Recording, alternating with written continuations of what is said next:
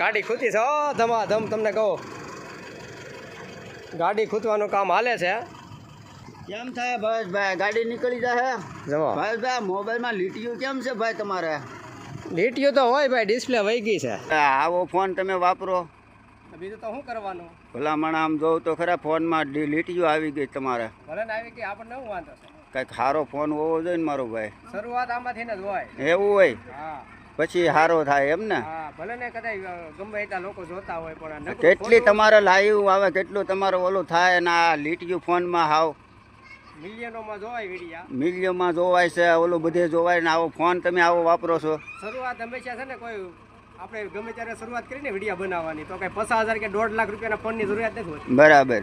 અમુક તેમ કે અમારે વિડીયો બનાવવો છે એટલે એપલ નો જોઈને, આઈફોન જોઈને, ઓલો જોઈને તમને કહું ખોટા પૈસા હાવ નાખે છે. હા, આપણે શરૂઆતમાં જો આવો છે ને તોય આ એક વર્ષથી આ રીતે ફોન હાલે. બરાબર. એટલે ખોટા આપણે ક્યાંય પૈસાનો બગાડ ન કરવો જોઈએ. અને તોય મારા તમે વિડીયો જોવો છો અને કાંઈ સારામાં સારા આવે છે અને રિઝલ્ટ સારું આવે છે, બરોબર.